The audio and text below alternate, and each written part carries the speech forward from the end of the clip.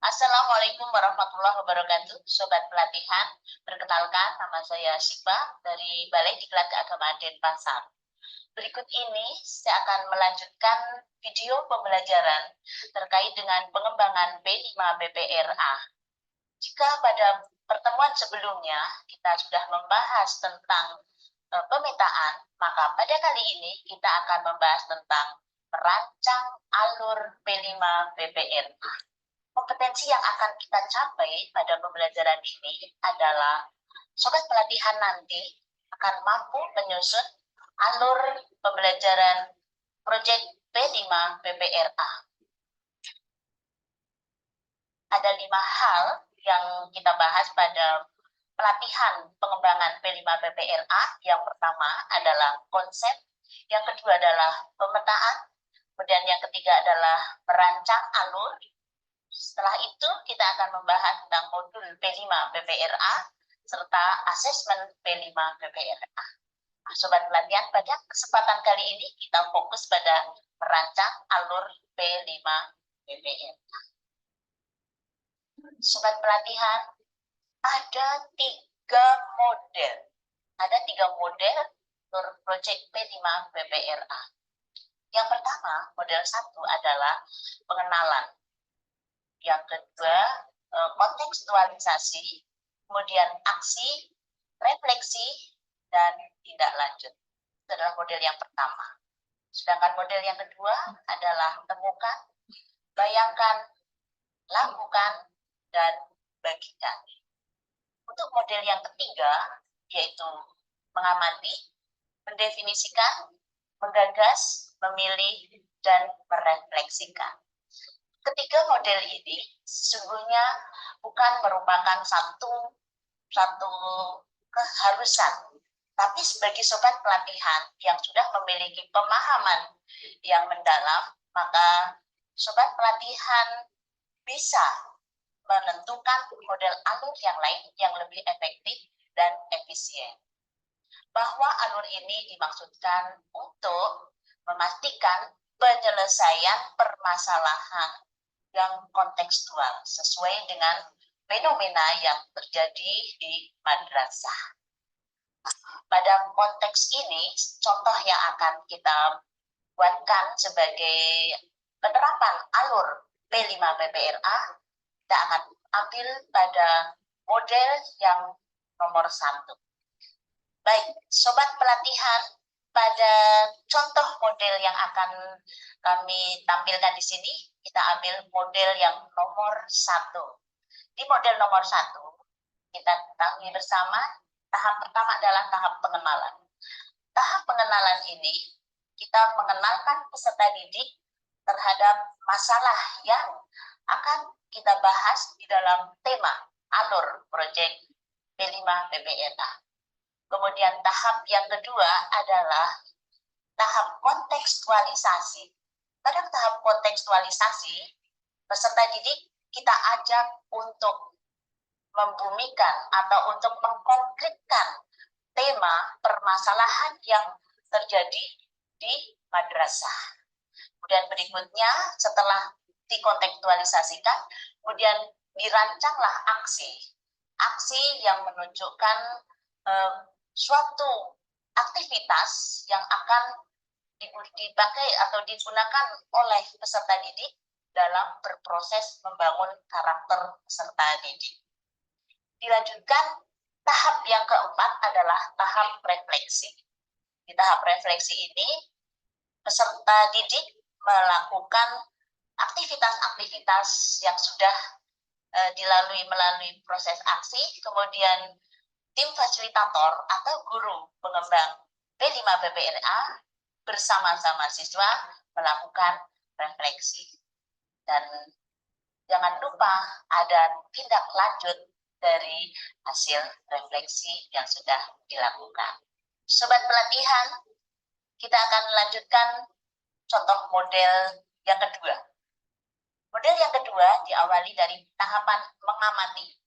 Untuk mengamati ini, isinya adalah peserta didik kita ajak untuk mengamati, mengobservasi kondisi yang ada di lingkungan madrasah. Apa yang terjadi? Kemudian mengenal dan mendekati persoalan yang ada. Kemudian dilanjutkan dengan tahap yang kedua, setelah ditemukan permasalahan yang ada, didefinisikan. Peserta didik dalam hal ini dipimpin oleh tim fasilitator mendefinisikan fenomena yang terjadi di madrasah. Kemudian dilanjutkan dengan aksi dengan menggagas, kemudian memilih dan merefleksikan. Sedangkan model yang ketiga, ini ada 4 tahapan. Yang pertama adalah temukan, kemudian bayangkan, dan lakukan, serta bagikan. Sobat pelatihan, ketiga model ini sesungguhnya bukan suatu kepastian atau keharusan, namun ini sebagai sebuah alternatif yang mungkin bisa dipilih oleh sobat pelatih. Bagi tim fasilitator madrasah yang sudah menguasai benar tentang konsep 5 PPRA, boleh menggunakan model yang lain selama itu dipandang efektif dan efisien. Yang pasti harus diperhatikan adalah apapun model yang diterapkan ataupun alur yang digunakan itu mengarah kepada proses pembangunan karakter yang awali dari fenomena ataupun permasalahan yang dihadapi di madrasah.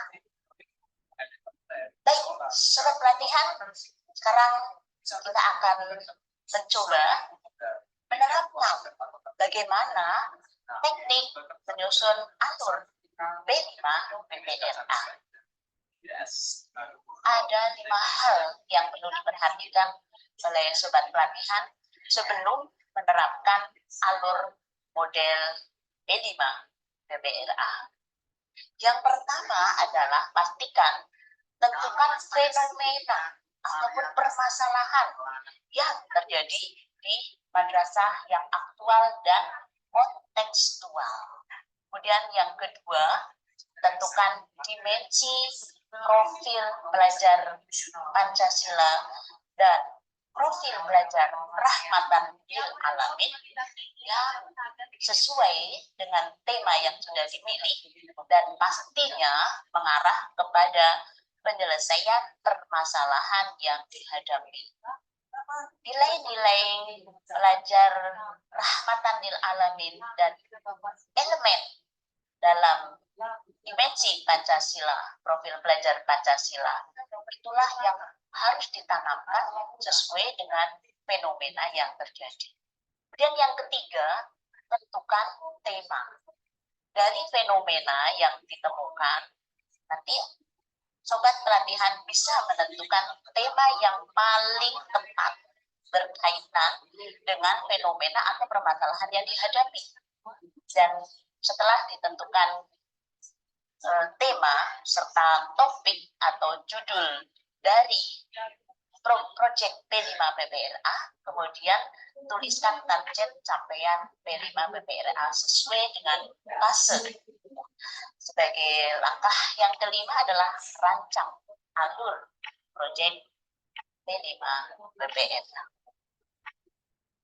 Nah, sobat pelatihan, kita akan coba contohkan dalam kasus ini, dalam konteks ini, fenomena yang terjadi di madrasah, ini ditemukan bahwa ada peserta didik yang lebih familiar dengan makanan yang cepat saji, dengan makanan yang serba instan.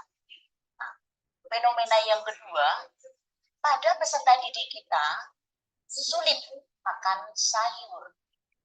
Dan fenomena yang ketiga, peserta didik yang tinggal di perumahan, di perkotaan khususnya, mereka dengan lahan yang sempit, maka tidak ada kesempatan untuk merawat atau tidak punya pengalaman untuk merawat tanaman, apalagi sayur. Nah, dari fenomena yang sobat pelatihan temukan tadi, berangkat dari permasalahan yang ada di madrasah, maka sobat pelatihan bisa mengaitkan dengan tema-tema yang sudah disiapkan di proyek belajar Pancasila dan belajar rahmatan lil alamin. Yaitu salah satunya adalah tema hidup berkelanjutan. Dari tema hidup berkelanjutan ini, sobat pelatihan bisa menentukan topik, yaitu asiknya makan sayur. Nah, dalam menentukan topik ini, satu hal yang perlu diperhatikan adalah proses aksi yang nanti akan dilakukan pastikan akan mengarah kepada proses penanaman nilai-nilai maupun elemen-elemen dari proyek belajar Pancasila dan proyek profil belajar rahmatan lil alamin. Sobat pelatihan, kita akan lihat salah satu contoh bagaimana sobat pelatihan akan menentukan dimensi, elemen, subelemen, profil belajar Pancasila. Serta sobat pelatihan akan menentukan nilai, subnilai, profil belajar rahmatan lil alamin. Sebagai contoh, tema yang akan kita bahas pada pelatihan kali ini adalah tema hidup berkelanjutan.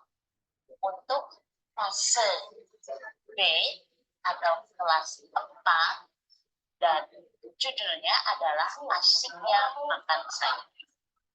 Durasi proyek ini sebagai proyek yang kedua, yaitu dialokasikan 72 jam belajar. Nah, sobat pelatihan kembali kepada langkah menentukan dimensi.